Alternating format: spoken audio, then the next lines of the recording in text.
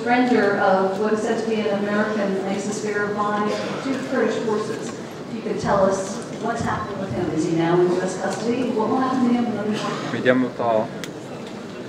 Thanks, Jane. Let me first say it's an honor to be here for my third year in a row, and as the speaker said first, it's a day of commemoration here in the Kurdistan region. So on behalf of the United States, I want to send our condolences, our commemoration to the 5,000 innocent men, women, and children who lost their lives here in the Halabja attack. And Dr. Barnes is absolutely right. We need to see such atrocities in the future. ISIL does have a chemical weapons program, and so I think in the honor of the memory of all these lost, that's why we have to come together to defeat this threat. I also want to thank Dr. Barham and the American University of Hope in this very troubled region, and it's just a great honor to be here. You know, a year ago, I was kind of asked the same question of where we were at the time. Tikrit was still occupied by Daesh. We had a very long way to go. Ramadi was teetering. We later fall of Daesh. If you look at where we've come since then, it's quite a long way, but we have a very long way to go. We've liberated now 40% of the territory here in Iraq, and over the border in Syria. We're actually making fairly tremendous strides after Operation Shadadi, which I'm happy to talk about.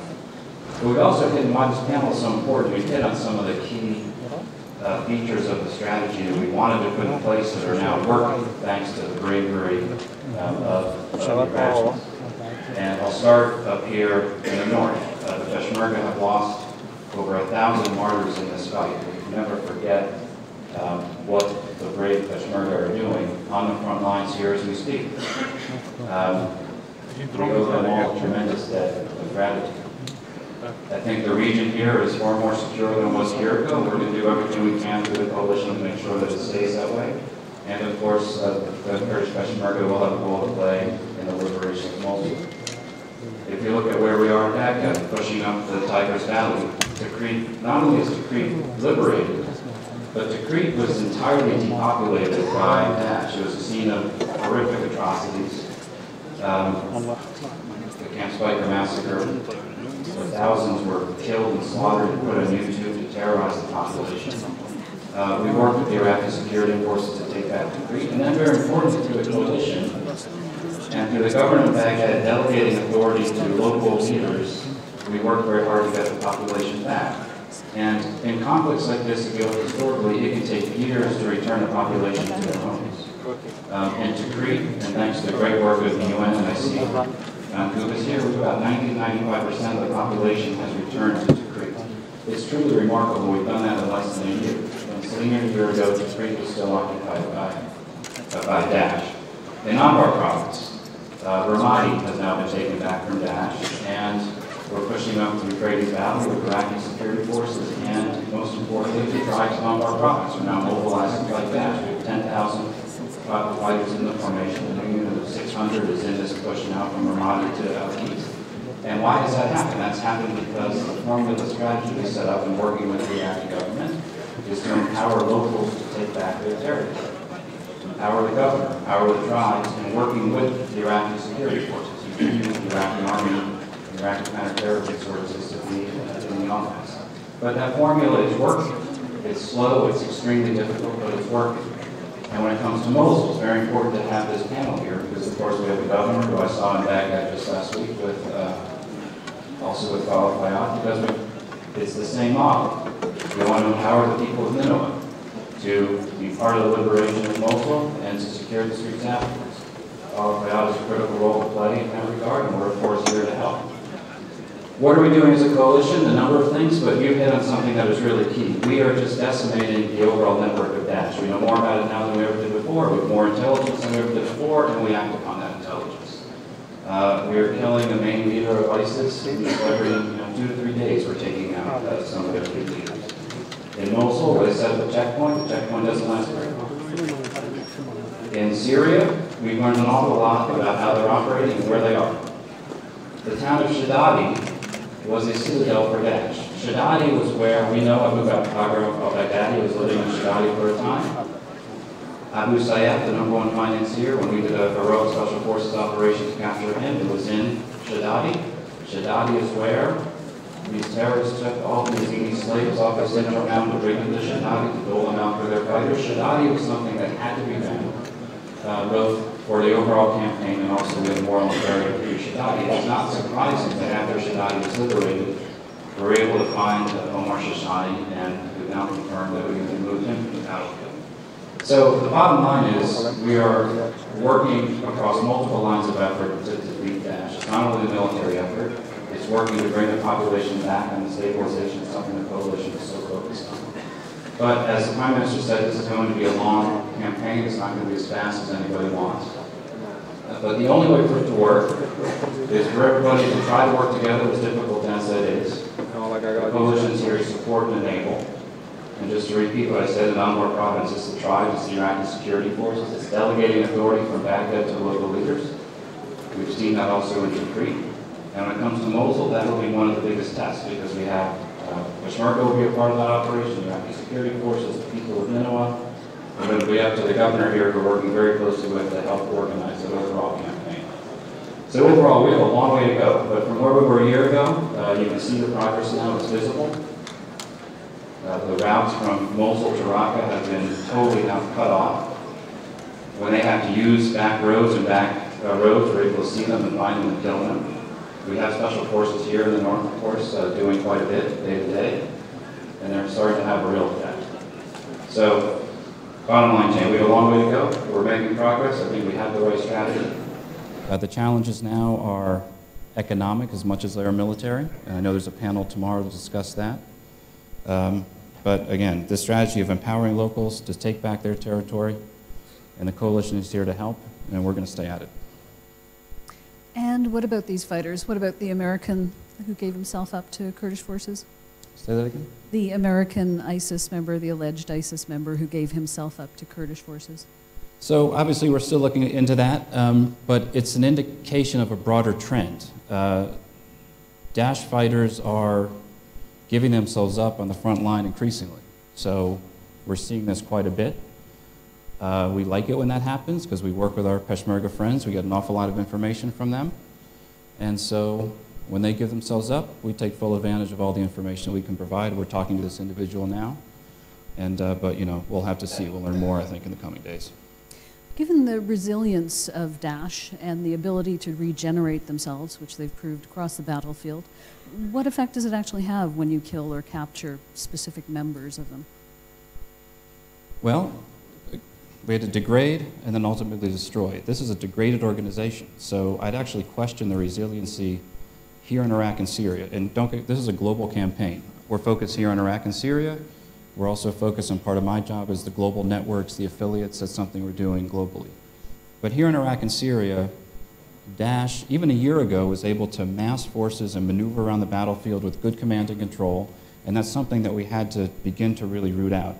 They have not launched a successful offensive operation since May of last year. They are no longer able to mass their forces and maneuver. When they do that, we're able to find them, and we actually like it when they do that now. So they are on the defense, they're in a defensive crouch, and we're going to keep working with local fighters and with the Iraqi government and with the Kurdistan regional government to keep them on the defense. But I mean, you've been here a long time, Jane. You were in Baghdad in the summer of 2014. I was in Baghdad in the summer of 2014. I was here, and I was actually in Erbil when Mosul fell. And what ISIL at that time was able to do was mass thousands of fighters with armored vehicles, and they were a full-blown army. They're able to take town after town with good command and control. They can't do that anymore. So it makes a big difference when you remove someone like Omar Shishani, who was the war emir of Daesh. He was the one giving command. It makes a difference. It makes a difference when you continually degrade the ranks of this organization, because they can no longer mass and maneuver force. And if you can't mass and maneuver force, you're not going to be taking territory. And the ideological basis of Daesh is to retain territory, then expand its territory. It's in all of their propaganda. We're going to make sure they can't do that. But they will remain a cellular terrorist organization even as we take back their territory. I mean, Al-Qaeda in Iraq, the predecessor of Daesh, I often read in Washington that we had them defeated in 2012. true, but they never went away. I mean, here in Iraq, even in 2012, 5 to 10 suicide bombers every single month in 2012, 2013. It started to kick up to 40, 50, sometimes 60 suicide bombers a month. We're getting that down now. But if you just think about that, any country on earth having 40 to 50 suicide bombers coming into their country to blow up, if it was the equivalent in the US, it'd be suicide bombers coming into our markets, our churches, our playgrounds. It just rips a society to shreds. That's what they're trying to do. So even as we take back their territory, they're going to remain a terrorist organization, trying to terrorize exactly what the foreign minister said, trying to terrorize the population. We're going to work with the government to try to make sure they can't do that. But that won't just be a threat here to Iraq. It's a threat to our partners in Europe. It's a threat to us at home. And it's really a global threat. But even the foreign fighter numbers, we track them very carefully. That's going down. I mean, everything now is trending the right way. But this is going to be a very long haul. They will continue to surprise us, but we're going to continue to surprise them as well. Thank you. Mr. Fallah, as Ambassador McGurk has pointed out, there are successes on the battlefield, but you're overseeing a security system that has a lot of strains on it. The Popular Mobilization Forces, which are under varying degrees of control of the government, are now arguably bigger and perhaps more effective, more powerful than the formal Iraqi forces. In Baghdad itself, you have some members of the Popular Mobilization Forces who are holding unauthorized protests outside the Green Zone. And now you're looking at retaking Mosul. Difficult enough on its own, but you've got the tensions between the PMF, Iraqi forces, and Kurdish forces. What, in your view, is your biggest concern as you move forward to think about taking back Mosul?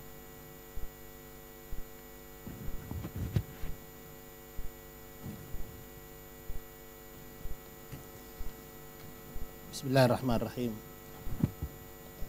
في الحقيقة أنا يجب أن لا أتجاوز ذكر حلبشة وشهداء ابتداء في هذا الحديث، لأنهم يمثلون محطة مؤلمة في تاريخ نضال هذا الشعب.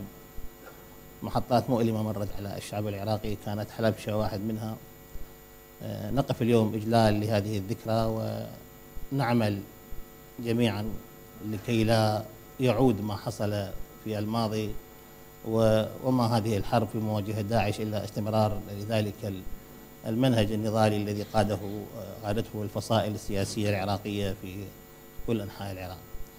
احنا بصراحة في هذا البانل يعني اكو عندنا صعوبة في الحديث، يعني احنا كنا مسؤولين تنفيذيين، مطلوب من عندنا نتكلم بخطاب تعبوي، والدكتور برهم والدكتور الجعفي نتكلم أيضا خطاب وحدوي، والمؤتمر يتطلب كلام يعني بمقدار من الصراحة. يعني هذني متناقضات، يعني نحاول أن نوفق بيناتهن، بين خطاب تعبوي، بين خطاب وحدوي، بين أن تلامس الحقائق. داعش دخلت العراق في حزيران عام 14، أصيب الحكومة الشعب بصدمة كبرى وانتكاسة تاريخية. كل التداعيات السياسية الحالية وما يحصل في بغداد وما يحصل في الإقليم هو تداعيات لذلك اليوم، لا نتجاوز الحقائق. وهذه التداعيات قسم منها حتمي، حاولت الطبقة السياسية احتواء هذه التداعيات بتغيير حكومة في بغداد وتشكيل حكومة جديدة، لكن رد الشعب العراقي كان هو المبادرة إلى القتال والتصدي. وتلك الأيام السيد البريت مكور كان معاصر أن الأشهر الأربعة الأولى لم يساندنا أحد بعناوين وذرائع مختلفة. العراقيون بعد الفتوى المرجعية وبدء التطوع وانطلاق الحشد الشعبي الذي نتكلم عن مخالفاته اليوم، الحشد في نظر أكثرية الشعب العراقي أخذ موقع معنوي هو موقع المنقذ لكل التجربة. كما أنا أشيد بتمسك الإخوان الكرد باسم البيشمركة لأنهم يمثلون نواة تحرر لهذا الشعب، وتمسكهم بهذا الاسم وأخذ طابع معنوي في قلب كل كردي. أنا أحترم هذا التمسك، وكذلك أدعو أن يحترم أيضا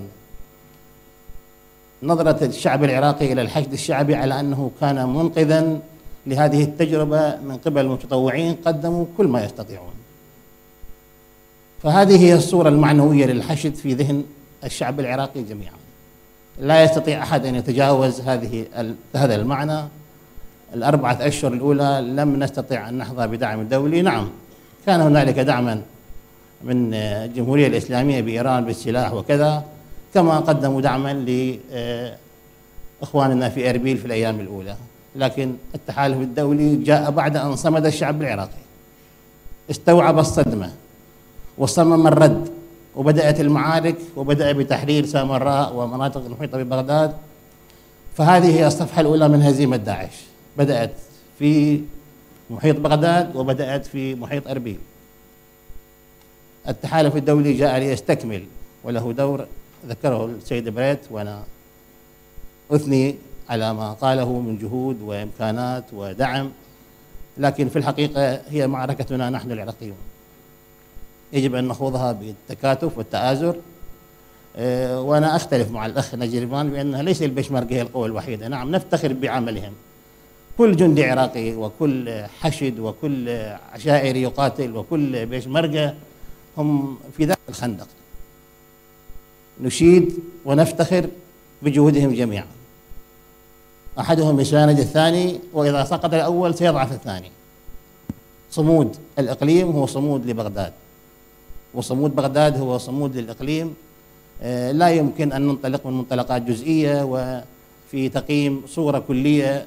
اجتمع العالم على أنه هزيمة داعش في سوريا هي هزيمتها في العراق، فكيف هزيمتها في أربيل لا تنعكس على هزيمتها في بغداد؟ لذلك أنا أعتقد أن حرب داعش تسير بإطار جيد ومتصاعد يختلف عن المسار السياسي في بغداد وأربيل. أداء البيشمركة وأداء القوات العراقية وأداء الحشد الشعبي وأداء التحالف الدولي في تصاعد على الأرض، ويوميا يتم تحرير مناطق والكلام عن المشاكل ما بعد التحرير. نعم هي مشاكل، لكن هي تتحرك في المساحة الإيجابية. عندما نحرر المنطقة تحصل مشاكل، هذا كلام عن تجاوز صفحة إلى صفحة جديدة. لذلك يجب أن لا نكرس الكلام على الصفحة الجوانب السوداء من المشهد، لأنه الجوانب المشرقة هي تضحية وتحرير وتقدم. الرمادي قلعة حصينة من قلع داعش، وصلاح الدين أيضا قلعة حصينة من قلع داعش. ما حصل في الموصل هو هزيمة عسكرية، وما حصل في صلاح الدين هزيمة معنوية. لم تطلق طلقة واحدة لأخذ محافظة صلاح الدين، بالرعب وبالإعلام وبإشاعة روح الهزيمة. لكن الآن المقاتلون على الجبهات جميعا لهم معنويات عالية، يقاتلون يحققون انتصارات. لا يمكن أن نسلخ المشهد العراقي عما حصل في سوريا. كنا نحذر دائما من وضع في سوريا سيوصل العراق إلى ما وصل إليه، وفعلا تطور الأحداث والخلافات التي حصلت والصراع الإقليمي في سوريا وفر بيئة وحاضنة مثالية للإرهاب.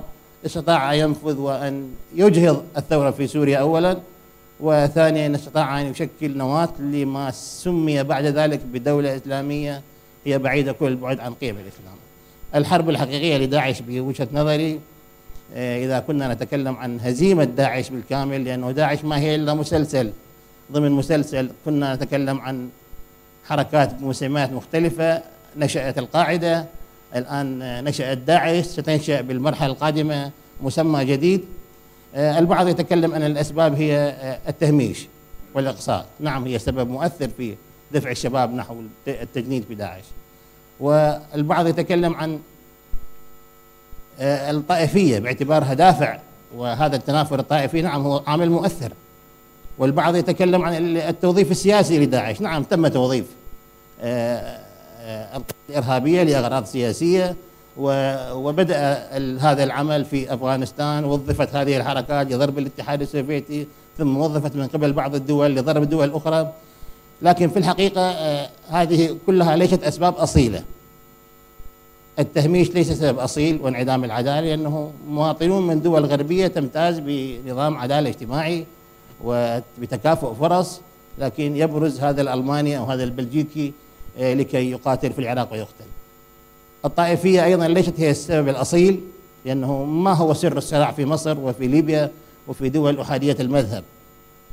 وحتى التوظيف السياسي هذا عامل يتكئ على فكر، الأساس هو فكر ومرض يجب أن نقر بوجوده، موجود في العالم الإسلامي، هو منهج فكري له تجليات تاريخية سابقة في تاريخ المسلمين. توجد هذه التجليات، ليس مرض معاصر الآن، منهج فكري وفكر معين يوصل إلى هذه النتائج متى ما توفرت له الظروف وتجلياته في التاريخ الإسلامي. المؤرخون يستطيعون أن يصلوا إلى بعض تجليات هذا المنهج. نعم هو منهج معاصر في القرن الأخير، لكن هو القضاء على داعش بشكل عميق وحقيقي يجب أن نوجه الأنظار والدارسين والباحثين إلى هذا الفكر. يبقى نقطة أخيرة أحب أن أتعرض لها بالنسبة للموصل. الموصل هدف أصبحت قريب، وحاليا كل الخطط العسكرية والحوارات السياسية، كلامنا مع السيد بريد في التحالف ومع شركائنا جميعا هو عن كيف نعبئ لمعركة الموصل. ونعتقد وجهة نظرنا كحكومة اتحادية أن هذه المعركة يجب أن نخوضها بالتضافر والتكافل. أولا الجيش العراقي، ثانيا البيشمركة، ثالثا المتطوعون وهم من أبناء المحافظة، والحشد الشعبي كأحد موارد القوات المسلحة العراقية. الحشد الشعبي ما نقصد به كل المتطوعين من أبناء الموصل وغير الموصل. نعم يجب مراعاة الحساسيات، قد تكون هناك حساسيات من وجود حشد شعبي من مناطق أخرى يتم مراعاتها من قبل القائد العام للقوات المسلحة في توظيف الأهداف، وقد تكون هناك حساسيات من البيشمركة في مناطق معينة من الموصل.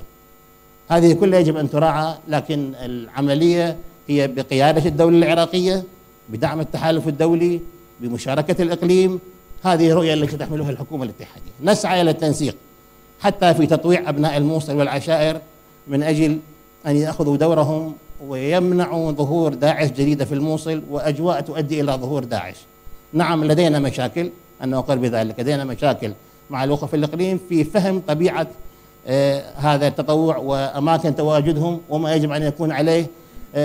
نأمل الأيام الحالية كانت أيام إيجابية، نسعى إلى استكمال الحوار من أجل أن نصل إلى دعم أبناء الموصل في مساعدتهم على حمل السلاح ومقاتلة داعش، ولكي تكون النموذج القادم هو أن تكون أبناء المحافظة هم الذين يتولون شأنها الأمني، ونتجاوز التجربة السابقة التي أفضت إلى ما أفضت إليه بعد هزيمة قواتنا في الموصل بسبب الوضع غير الصحيح والعلاقة غير الجيدة مع أبناء المحافظة، والنظرة التي كانت موجودة إلى القوات على أنها تشكل شكل من أشكال القوات الأجنبية. الموضوع نقطة أخيرة، عفوا، بالنسبة للتحديات تحرير الموصل، التحدي هو التفاهم بيناتنا، هذا التحدي الأول ونعتبره أهم نقطة. إذا تجاوزناها إلى التفاهم والوصول إلى خطة مشتركة وجعل كل الطاقات في خدمة تحرير المدينة، هذا شيء مهم جدا. التحدي الثاني تواجد القوات التركية، تحدي يمثل قلق لدى الكثيرين، وأسباب القلق واضحة، ليس موقف عدائي من تركيا كدولة جارة ومسلمة، لكن لا يخفى علينا هنالك تصورات تاريخية لتركيا حول الموصل، وهذا لا يمكن أن ننزعها من الذهن عندما نتكلم عن وجود قوات تركية بدون موافقة الحكومة العراقية. معسكر بعشيقة، هذا المعسكر تم تأسيسه ونحن كنا شركاء به، وكنا ندفع رواتب لأبناء هذا المعسكر عندما كان السيد أثين النجيفي محافظا الموصل وهو يقود هذا المعسكر. لكن دخول القوات التركية عامل جديد. المتطوعون في هذه المعسكر هم مقاتلون عراقيون إذا أرادوا الانحياز إلى الجانب العراقي وإلى جانب الإقليم. أما إذا كانوا ضمن أجندة القوات التركية الموجودة في بعشيقة فهم قوات غير وطنية، لأنها لا تأتمر بالقائد العام ولا بإمرة الجيش وليس جزء من البيشمركة وليست من المتطوعين. نحن من هذا الموقع ندعو كل الموجودين في معسكر بعشيقة إلى الالتحاق بالمتطوعين كلهم بدون استثناء، لكن ليس تحت المظلة التركية، إنما تحت مظلة عراقية بالتنسيق بين حكومة بغداد وحكومة الإقليم واحتوائهم ضمن منظومة المتطوعين في الموصل.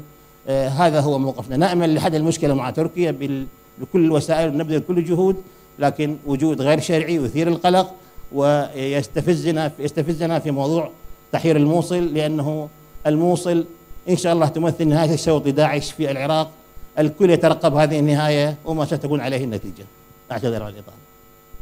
Thank you so much for that. That's a very interesting point regarding Turkish troops, and I hope we can perhaps get to that in the question and answer session. Sheikh Jaffer, I'm wondering regarding Mosul, Mr. Falah has told us that Peshmerga troops, in his view, would play a supporting role. They would come in second. Is there an agreement on that, and whose command would the Peshmerga be under in a fight in Mosul? And since this is the anniversary of the attack on Halabja, could you tell us what you've confirmed about recent chemical weapons attacks near Kirkuk and what you can do to fight those?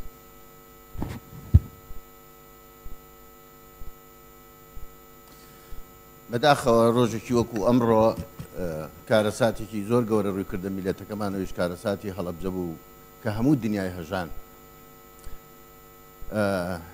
بە تاکید ئێمە بۆ شەڕی مووسڵ و ڕزگارکردنی مووسڵ بە ئەرکێکی نیشتیمانیە زانین و ئەوە قەرارێکی سەرکردایەتیە کە ئێمە بەشداری و دەوری بەرچاومان هەبێ و دەوری کاریگەرمان ئەبێت لە ئازادکردنی مووسڵە.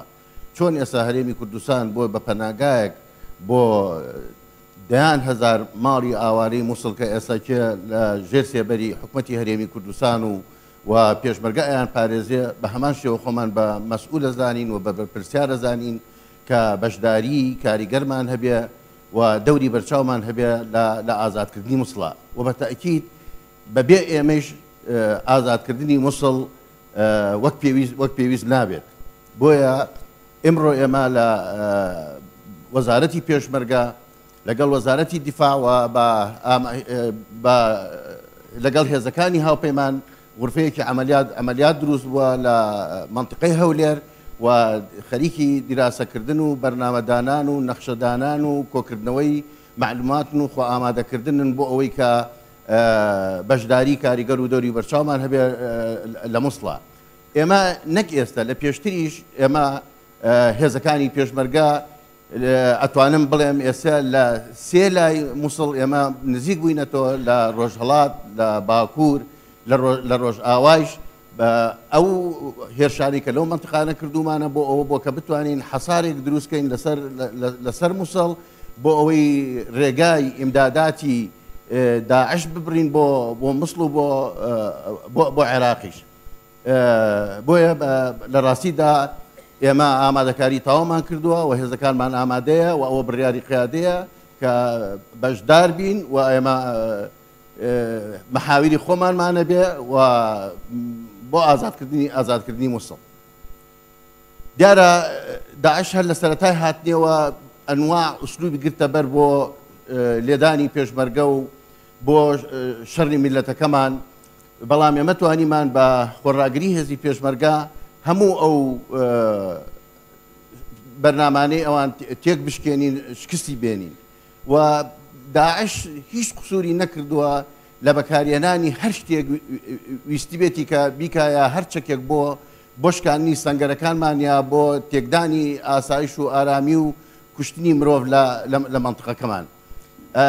لە بەکارهێنانی TNT عەبەواتی ناسیفە، سیاراتی مفەخەخە و خۆتەقاندنەوەی ئەشخاص یا تۆپبارانکردن و لێدانی سەواریخ لە هەموو ئەو جێگانەی کە جێگای ئاوادانی بوو بێ و لەژێر دەسەڵاتی ئێمە بوێ و ئەخیر جار گەیانی ئەوەی کە چەکی کیمیایی بەکاربێنێ لەسەر سەنگەرەکانی پێشمەرگە لە منطقەی مەخمور لە میحوەری مەخمور لە میحوەرەکانی تر و ئەخیر جار لە ڕۆژانی پێش ئێستا لە تازە خوڕماتوو کە بوو بەهۆی شەهیدبوونی 3 کەس و برینداربوونی 27 کەس و ئێستا هاواناتێکی زۆر و لەگەڵ قەنابیلی زۆر سەواریخی زۆریش هێناوەتە جەبهەکان بۆ ئەوەی لە کاتی هەر هێرشێکە یا هەر پەلامارێکە یا بۆ تۆقاندنی خەڵکی ناوچەکە و کیمیاوی بەکاربێنێ. دیارە بەڕاستی ئەو کیمیاوی کە ئەو جارە بەکاری هێنا بە تایبەتی لە تازە هەژانێک بوو بۆ هەموو لایەک هەتا دەوڵەتانی دنیا بۆ عراقیەکان بۆ ئێمەش کە ئێستا هەڕەشەیەکی گەورە هەیە، داعش شتێکی کیمیاوی هەیە کە ئەتوانێت بەکاری بێنێ لە جەبەکان و بێڕەحمانیش بەکاری بێنێ لەسەر خەڵکی بێگوناه و دانیشتووی ناوچەکان. و مەترسی ئەوە هەیە کە سەواریخیشی هەبێ کە مەدای دوور بێ کە ئێستاکە ئەویش بە هەمان شێوە کیمیاوی بێ لە شارە گەورەکانی بدا. Thank you so much. Governor Nofel, one of the big questions we keep running into is if Daesh is defeated in this country, what will be left of Iraq? And that question is particularly relevant in Nineveh. Do you see any way that Mosul will not be destroyed in the effort to retake it from Daesh? And what will happen in the Nineveh Plains, where so many of the minorities and others are saying they can no longer live with the neighbors they had before?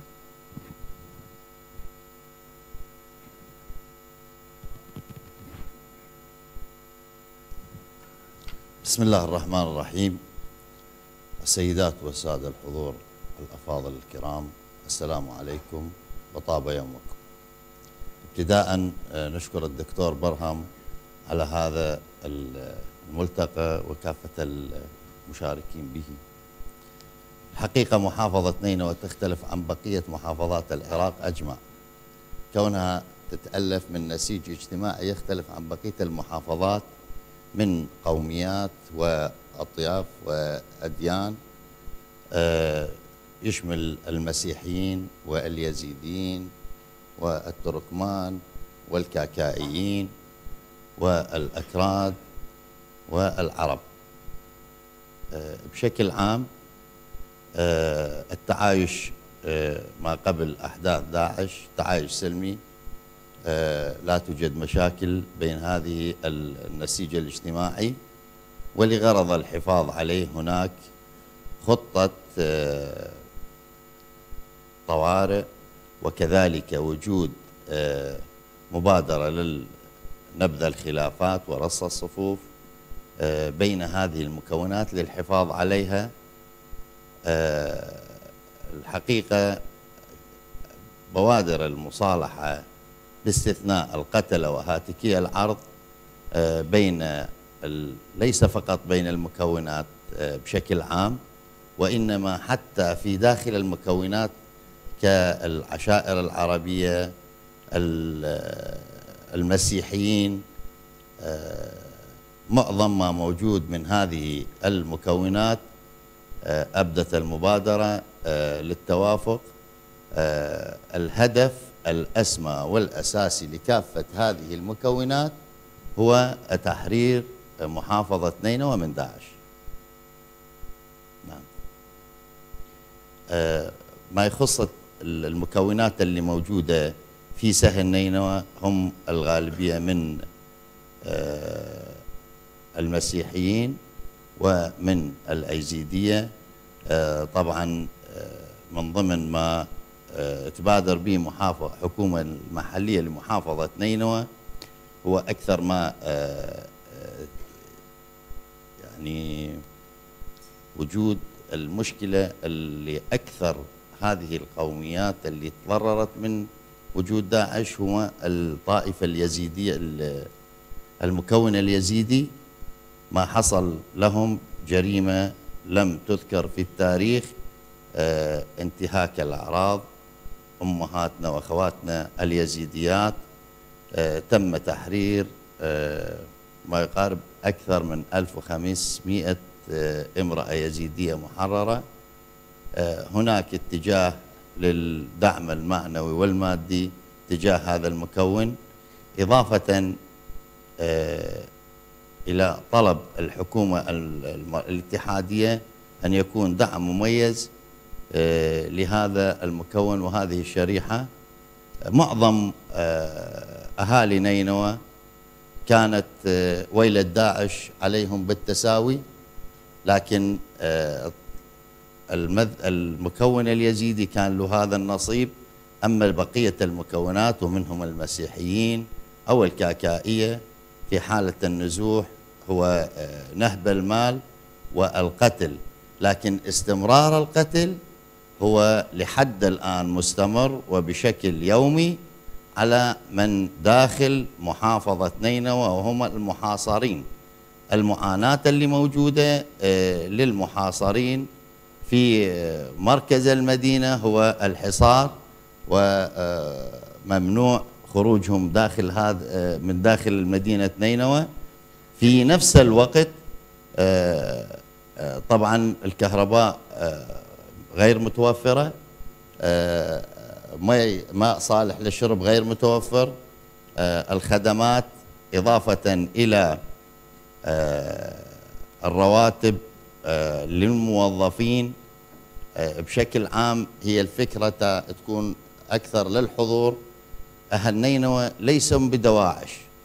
إذا كنا من أهالي نينوى، إذا كان الحديث أنه كل أهالي نينوى دواعش فهذا من الظلم، وإذا كان الحديث أنه أهالي نينوى ليس فيهم من الدواعش فأيضا هذا من الظلم.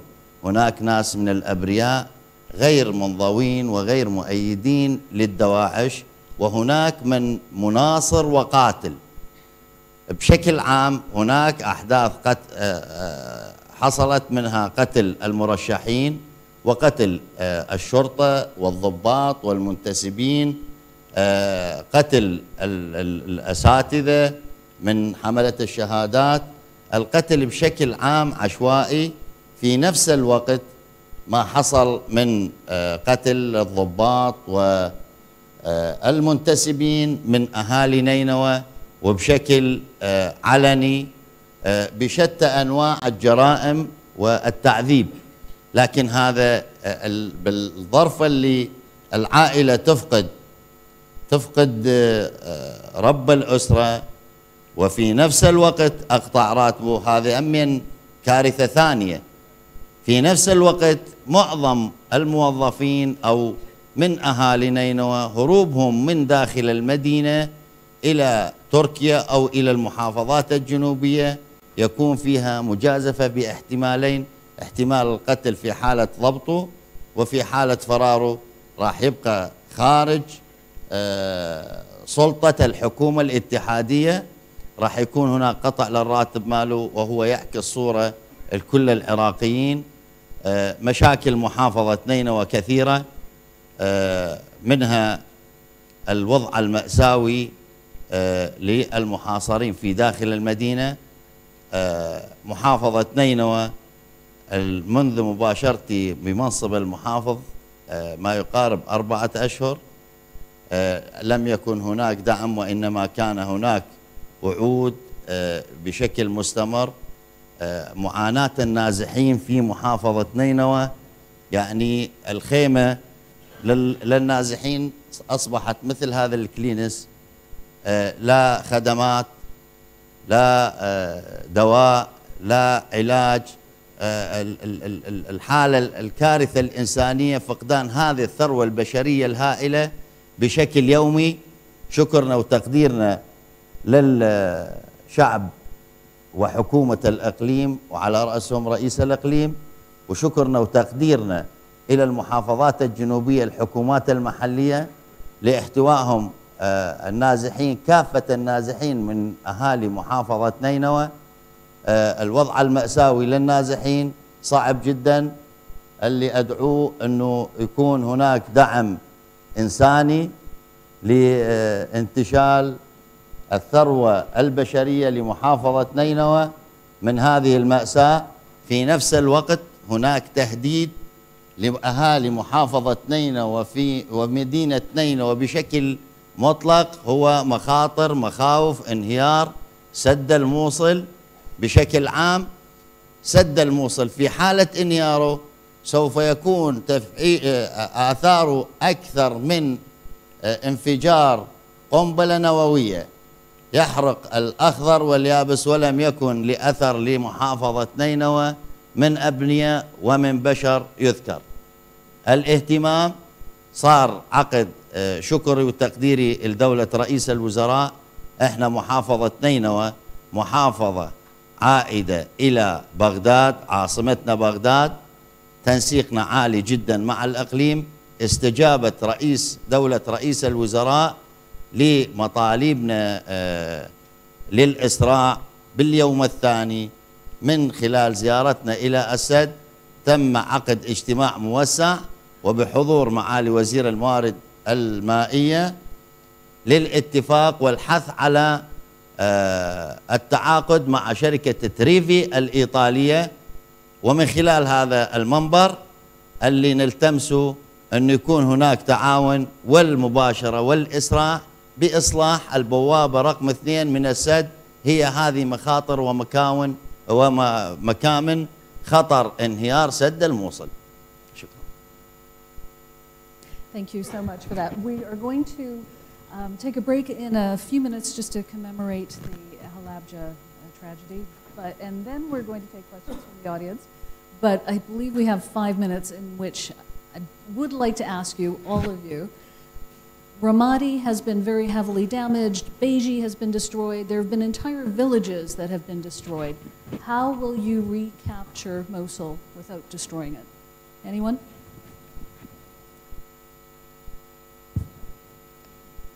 Ambassador McGurk. Ramadi was an active combat zone from really, Daesh moved into Ramadi January 1st, 2014. And most of the destruction is from ISIL, VBIDS, and what was just an active combat zone for almost 2 years. About 20% of it, we think, is attributable to the airstrikes and actually liberating the city. So every place is different. You know, Mosul, we're being very precise about it now. Look, people ask me, when's the campaign going to start? And the answer is it's already started. Everything we're doing in Syria with the Syrian Democratic Forces and cutting off all of those road linkages between Raqqa and Mosul is about isolating Mosul. Everything we're doing now with the Peshmerga to take Sinjar is about isolating Mosul. Some other things Peshmerga will be doing soon, the same. Setting up a joint command structure at Makmur is about the isolation of Mosul, and we'll be beginning to do some things out of there fairly soon. Our airstrikes in Mosul are incredibly precise. So the campaign for Mosul will be a slow, steady squeeze, and obviously we want to have as least destruction there as possible. But it is a different situation than Ramadi, in which Ramadi was an active combat zone for almost 2 years before the actual campaign deliberated. So I think we're hopeful that working with locals, and what you heard from the governor here is very important. He said he's working in close coordination with the Prime Minister in Baghdad. He's working in close coordination with Prime Minister Barzani, with the authorities here in the Kurdistan region. And this is really critical. And you know, that's not a natural state of events. That's very encouraging. As I said, we have to have everybody working together. So with the governor, with the Baghdad government, and with the cooperation of the Kurdistan region, and most importantly also from our role, the US and the coalition, to make sure that we pool resources to help the stabilization as we did in Tikrit is going to be a massive task. But we are organized as a global coalition to do just that. So we're hopeful that we can do it with the least destruction as possible. ISIL will have a say in how that goes. But it's an isolation campaign right now, and we're being incredibly precise about it. And we have the pieces in place with an empowered governor, working with the authorities in Baghdad and here, that I think we can make some progress. And do you believe there actually are forces within Mosul who are trying to fight against ISIL, that if they got some support, they would be able to have any effect? You might want to let the governor of Nineveh answer that, but the answer is yes. I mean, there's the people in Mosul are sick and tired of this. And even the fighters who joined with Daesh, they've had their pay cut by 50%. As you know, again, being very precise, as I mentioned, we don't know more about ISIL now than we did before. We know where they keep all their money. And when we find where they keep their money, we target those facilities. And we have literally, I think President Obama put it best in a speech he made recently, their financial resources are going up in smoke. I mean, hundreds of millions of dollars we've taken away from Daesh. So there are forces within the city that are beginning to resist. Sheikh Jafar, I wanted to ask you, the United Nations Refugee Agency has recently come out with a statement, which is very rare for them to express this sort of concern. They say in refugee camps in Kirkuk, some of the residents, all of the residents of the camps, which are funded by the international community, are being prevented from leaving. These are displaced people, many of whom have been through security screening, but they're actually being held in a camp. The reason I'm asking this is because after Daesh is gone, this country is going to have to live with each other. So can you tell us about that? Why are these people being held in camps? Why are they not allowed to leave?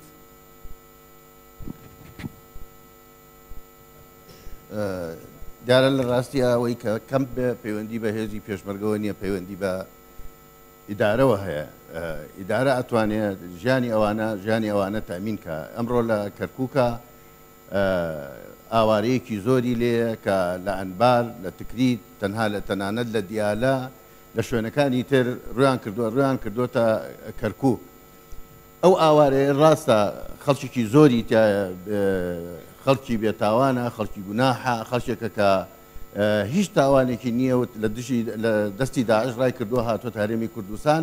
بەڵام لەگەڵ ئەوەشا لەناو ئەو خەڵکانە ئەتوانم بڵێم بە سەدان ئائیلەی ئیرهابیەکان و بە هەزاران ئیرهابی ئەمڕۆ هاتوونەتە ناو هەرێمی کوردستانەوە کە گەورەترین مەترسیان ئێستاکێ لەسەر هەم هەرێمی کوردستان هەم کەرکووکی دروست کردووە کە ئەوە هەڕەشەیەکی گەورەیە ئەمڕۆ لەسەر کەرکووک و لەسەر هەرێمی کوردستان کە پێویستە کات تحقیقێکی لێ بکرێت. بەڵام لەبەر ڕۆ ئینسانیەکە بەڕاستی ئەمە وەکو هێزی پێشمەرگە نەمانتوانیوە ڕێگری لەو ئایلانە بکەین کە مەترسی لەسەر ژیانیان هەبووە، تەنانەت لەناو ئایلانەوە وەک باسم کرد ئیرهابەکانی هاتوون دزیان کردووە هاتوونەتە ناو شارەکانی کەرکووک و شوێنەکانی ترەوە.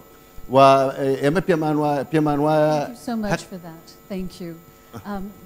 Right now, 28 years ago today, there was a horrific chemical weapons attack on the town of Halabja.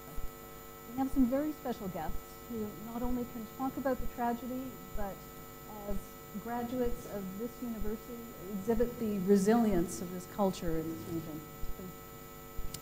Thank you so much. In the name of God, distinguished guests, ladies and gentlemen and friends, on March 16th, 1988, Halabja was 5 days away from Nowruz. Halabjians were preparing themselves just like every other Kurd to celebrate Nowruz.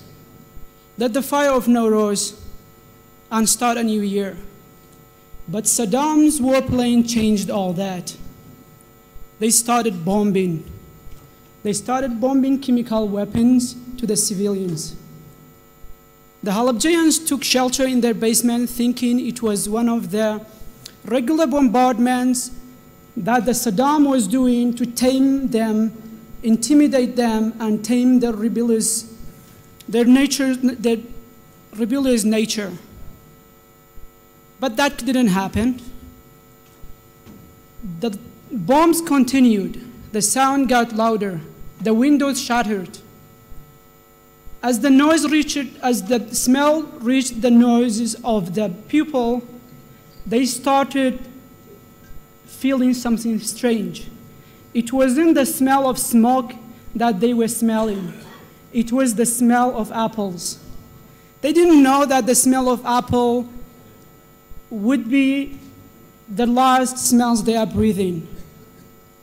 The dictator took lives, separated mothers from children. But he couldn't take the spirit of the city for a better life. He couldn't take away their resistance for justice and oppression. He couldn't take away their hope for a bright future. One of my friends will tell you a story about a family and a kid that they were there on that day.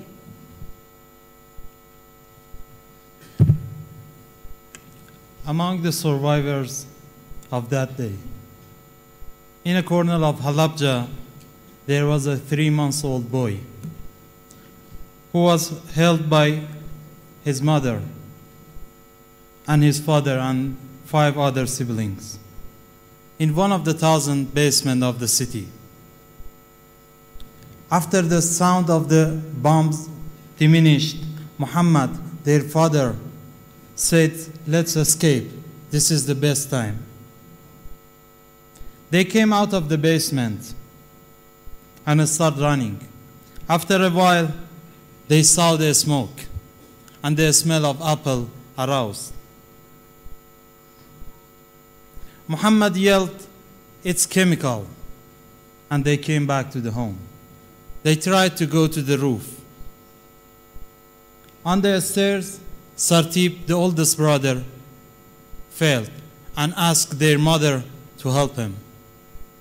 Fatima, their mother, put the 3-month-old boy on the stairs and went to help Sartib. It was on this minute, on this day, 28 years ago, when the first bomb started falling down on Halabja. To respect the martyrs, I would like to ask you to stand up, hold each other's hands, and think about peace.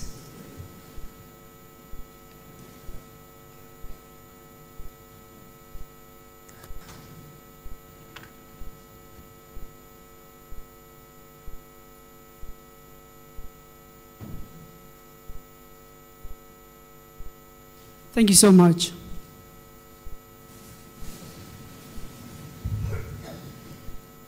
On the stairs, Sartib, the oldest brother, asked their mother Fatima to help him. Fatima put the young baby on the stairs, and at that moment she fainted. After 5 days, Nowruz came, but there was no one to light the fire of Nowruz. There were no singers to sing the story of how ironsmith Kawa beat the oppressor Zuhag. The songs of Hassan Zirak were not played, yet there was more information about what happened in Halabja, and the news title like, "Last week the Iraqi regime bombed the city of Halabja with chemical weapons. 5,000 people died, 10,000 people wounded, and 67% of the victims were women and children." But what happened to the family? When Fatima, the mother, opened her eyes, she was in one of the Iranian hospitals in Iran. And when she asked nurses about her husband and her children, no one had an answer to her questions.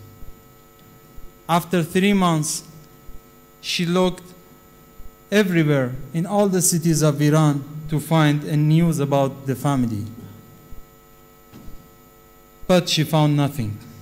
She always had her hope to find the family, or at least one of the member of the family one day. The little child was found alive by an Iranian soldiers and taken to the city of Mashhad, very far from his origin. An Iranian family that consists of a mother and her 2 sons adopted the baby. They called him Ali, and the Iranian woman became his mother. The loss of his Iranian mother at the age of 17 was the moment that made the baby to think of finding his biological family. After some years, he decided to find his real identity and come back to Halabja.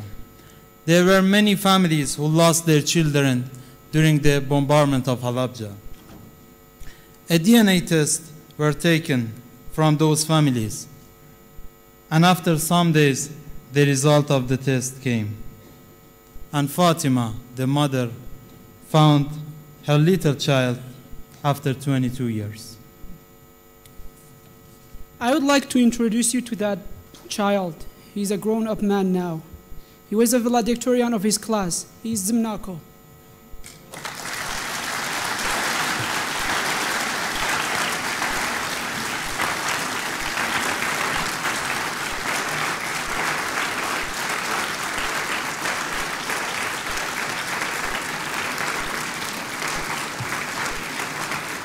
He's a great friend to all of us, a wonderful son to his mother, and a great husband. Zimnako has the spirit of the city. He loves peace. Now Halabja is the capital piece of Kurdistan. He loves tolerance. He is very tolerant toward other nations. And he does not let his past difficulty keep him from reaching a bright future.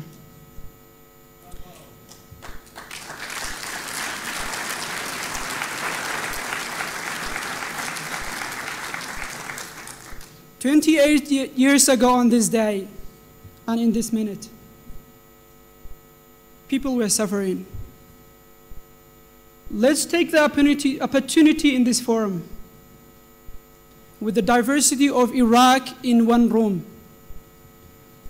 to talk to each other and make sure what happened in Halabja will not happen to any other soul.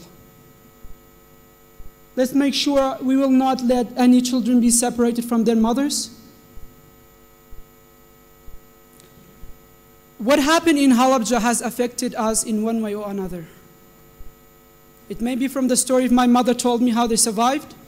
It may be from the story of his mother telling them how the rest of his family didn't survive.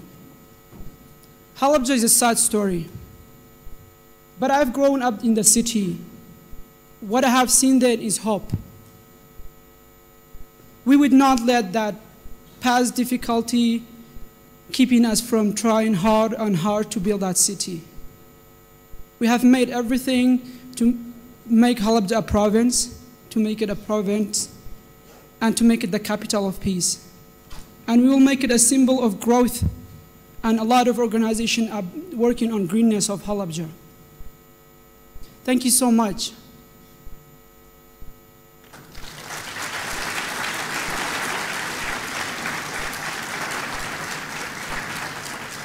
And that was Peshwa Ahmed and Zimnako Ali. Thank you so much for that.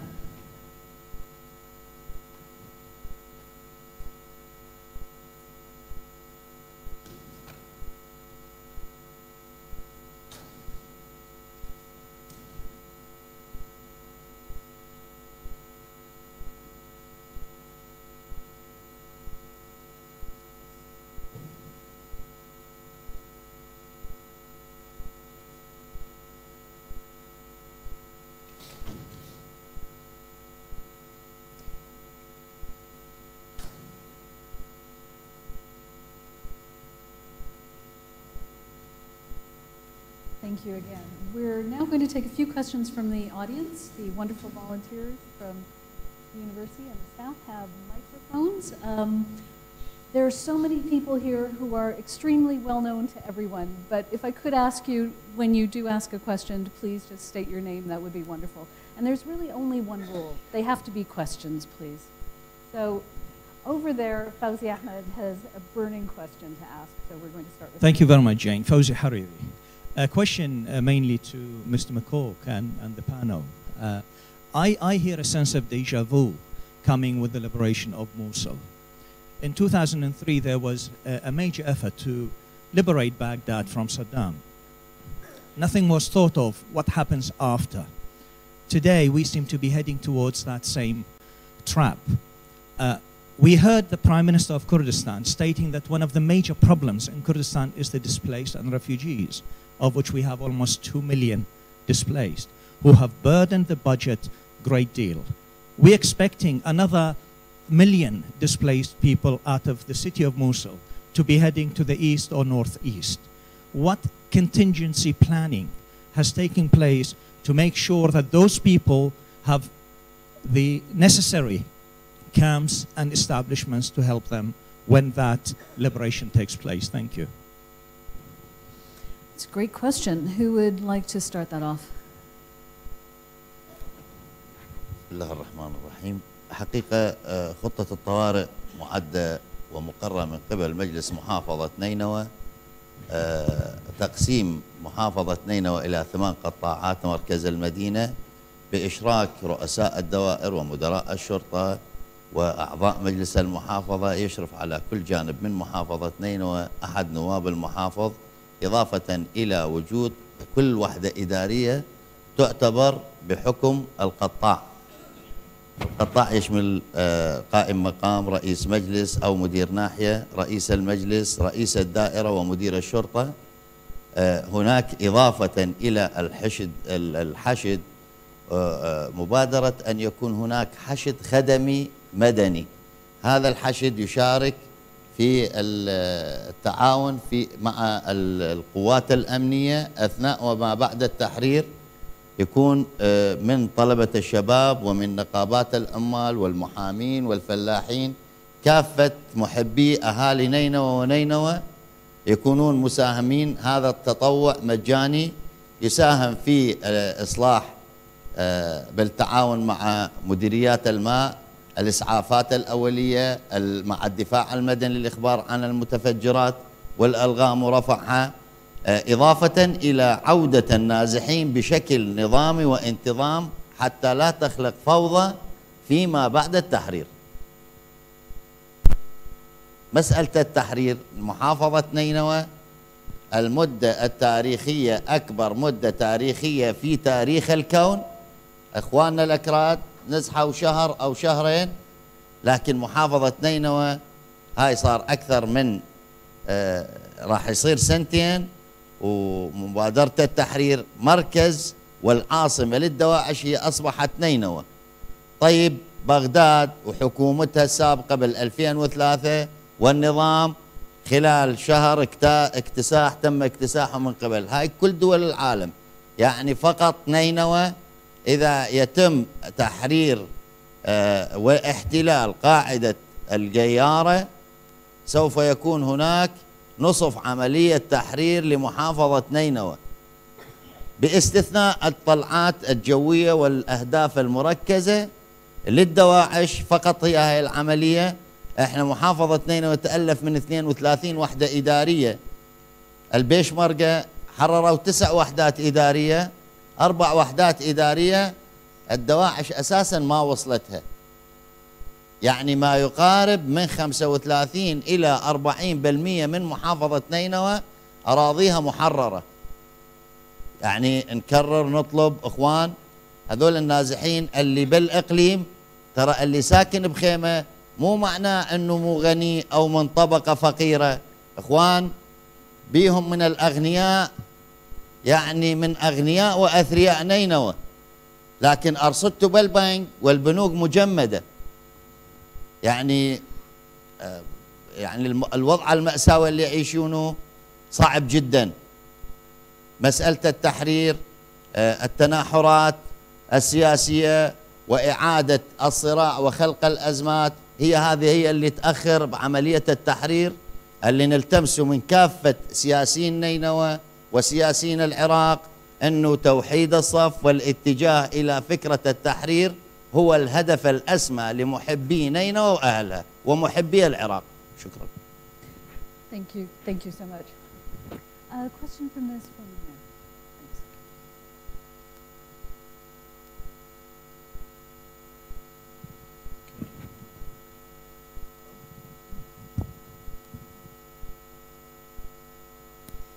دەستان خۆش، ئێڤار ئیبراهیم سەرۆکی لیژنەی ژنان لە پەرلەمانی کوردستان.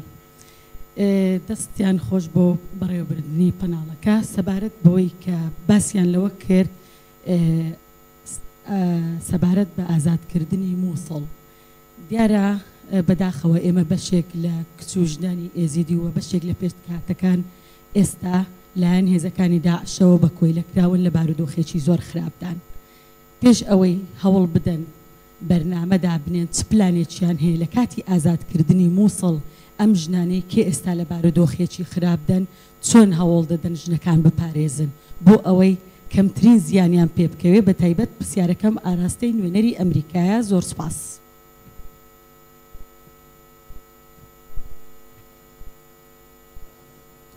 I guess that question about what's going to be done for the women who are still captured goes to the fact that this is a traumatized country. So many people have been displaced, so many people have been harmed, and in the worst cases, they've been held captive, their families killed or raped. There aren't many resources to deal with this, but Ambassador McGurk, perhaps you could venture a thought on this, because a lot of this relates to, let's face it, money. Is there actually money to rebuild? Is there money to provide services? Look, Jane, you hit on the psychological trauma post-ISIL. And I heard from a very senior Kurdish official, before the Sinjar campaign, before any campaign, we want to try to make sure that there aren't revenge, retribution type incidents, though it's impossible to get that down to zero. But this official went to, before the operation, and spoke with some of the Yazidi leaders about this very issue, about the risk of tit-for-tat type violence. And he told me, this very senior Yazidi elderly gentleman said, you know, they took my wife, they took my daughters, they took my sister, and all I have left in this life is my revenge. I mean, that's a sense. You hear that in Saladin from some of the Sunni tribal leaders we meet with about the kind of tribe-on-tribe violence that happened in Saladin when Daesh came through. And of course, there's the sectarian dimension that Daesh tries to instoke with its suicide bombers. So this is something that our friends here in Iraq and the Kurdistan region will be dealing with for decades, and it's something that I think it's incumbent upon all of us to help. The United Nations is doing a terrific job in this. And Nineveh, one reason we want to liberate Nineveh so badly is because it is where there's been so many displaced, and we want to get those people back to their homes. But again, just something I said in the beginning, in Tikrit, you know, we have a formula that worked. We got most of the population back to their homes. In this part of the world where people are leaving, it's a place on the map where people have actually come back. So we all need to work at this in terms of resources. I could go through the numbers. You know, we have a stabilization fund, which is quite ingenious in the way it's structured for kind of quick hit projects. It's worked. It's worked in Tikrit. It's now working in Ramadi. The target for that's about $100 million, get it up to $150 million, but we want to keep it level because it's about quick hit projects. The long-term reconstruction, we need the World Bank. We need the government in Baghdad to work on a program with the IMF to unlock billions of dollars in international financing. This is something that many of the colleagues here are working on. That's where the big ticket money will come from. And I know at the G7 summit in Japan in May, Iraq and these issues you're raising, Jane, about the reconstruction costs will be central. Because with the price of oil, it's something that everybody is suffering from, and you know, the world is going to have to help. Thank you. Sure. We're going to go to the front row first to Tom Friedman, and then we're going to go over to you on that side to the back. But I wonder if I could ask the governor of Nineveh to elaborate his comments on the Mosul Dam, that it could actually break at any moment. Could you give us a little more detail on what is the status of the dam? What is the prospect for repair? Is it literally on the brink of breaking?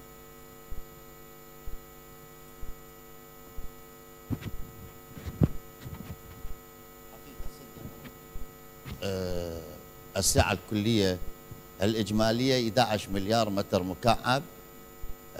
هناك بوابتين، البوابة الأولى والبوابة الثانية السفلية اللي تدفع المي من حوض السد إلى مجرى النهر. البوابة السفلية رقم 2 هي اللي عاطلة، الجكات الهيدروليكية ما تفتحها، فيكون الدفع من حوض السد فقط من خلال بوابة واحدة. هذه البوابة يكون الدفع من بوابة واحدة يؤدي إلى خلق عدم توازن وخلق يعني موجات تأثر على جسم السد. هذه إحدى المخاطر خلال فترة دخول داعش إلى سد الموصل والاحتلال وطرد الموظفين اللي موجودين. سد الموصل مبني على أرض جبسية كلسية سريعة الذوبان تتفاعل مع الماء. هذه الفترة لحد ما تحررت السد وعودة الموظفين. طبعا الموظفين بصعوبة كان جمعهم، كان مسؤول فرع 14 أستاذ أصمت بدأ يلمهم. هذه الفترة ما كان هناك عمليات حقن وتحشية. التحشية والحقن بالإسمنت السريع الانجماد، هذه الفترة أدى إلى تخسف في عملية ذوبان السد، ذوبان الكلسة اللي تحت الجدار الجسم السد. النسب اللي حللها الفريق الأمريكي للمياه المندفع من حوض السد على المجرى هو زيادة نسبة وجود الكلس في يعني بعد هذه الفترة وجود نسبة زيادة بالكلس من الحوض للمجرى. هذا يؤدي مؤشر أنه به مخاطر. السعة اللي موجودة 11 مليار، قوة هائلة تغرق حتى بغداد. هذه المخاوف من عندها.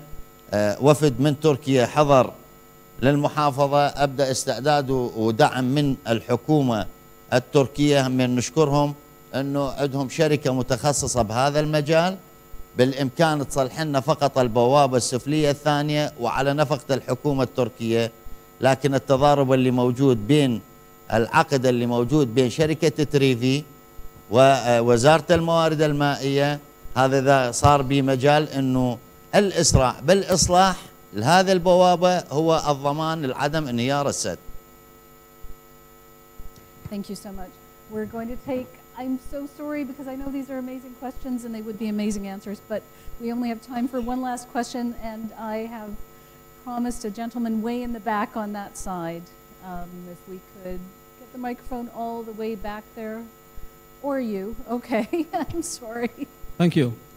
Cengiz Avakalai, Kurdistan Democratic Party Foreign Relations Office. My question is direct to His Excellency Bid Magwak and Al-Fayadi. As we all know that Kurdistan region, like any other oil exporting state, we have a difficulty financially and economically. And we all know that all the world describe Kurdistan and Peshmerga is a most heroic force on the ground. And Kurdistan is going through a very difficult time and even cannot support its Peshmerga and security force to pay their salary. Whatever international coalition and Iraqi government want to do to support Peshmerga to pass this difficulty. And this difficulty caused by few, we know the cause by few reasons. One of the reasons is by the federal state with a cut-off budget, and a second by the oil, and a third by the almost 2 million refugees in Kurdistan. My questions are repeated to Birid Magwak and Falah Al-Fayadi. What do you want to do or plan to do to support our security force to pass this difficulty and defeat ISIS? Thank you. I'll try to answer briefly. I'll also be very honest and candid. There's a financial crisis here in the Kurdistan region. There's a financial crisis in Baghdad. Every month, the budget shortfall in Baghdad is $3 to $5 billion. Here in the Kurdistan region, it's about $400 million every single month. And I know I see Kubad here in the audience who's working to implement some very important reforms, and our colleagues in Baghdad are also working to implement some very serious reforms. We are working every single day with them and in Baghdad with the IMF to unlock substantial amounts of budgetary support. For the Peshmerga, number one, everything we're delivering here is cost-free. And number two, we are looking and developing quite urgently and rapidly a very significant package of support for the Peshmerga. So that'll be coming online. So I'll just say we are not only fully cognizant of this issue, it's something that we are working full-time on. It has the attention of the President of the United States. It's an issue that it's not just an issue here in the Kurdistan region, it's an issue facing the government in Baghdad as well. And I think the Prime Minister and Dr. Barham spoke to this, that given the crisis that is faced, it's going to require cooperation between Erbil and Baghdad. That'll be critical. But from our point, we will generate resources from the global coalition. That's something that we're already doing. and the United States will be putting together a significant package of support for the Peshmerga to address the very issue you raised. Wonderful. Thank you so much. And I think with that, we are going to move on to our next panel, but thank you to our amazing panelists. And thank you, Dr. Barham, and everyone who came here. This is an extremely complicated, often grim place, but this forum is a ray of hope. Thank you.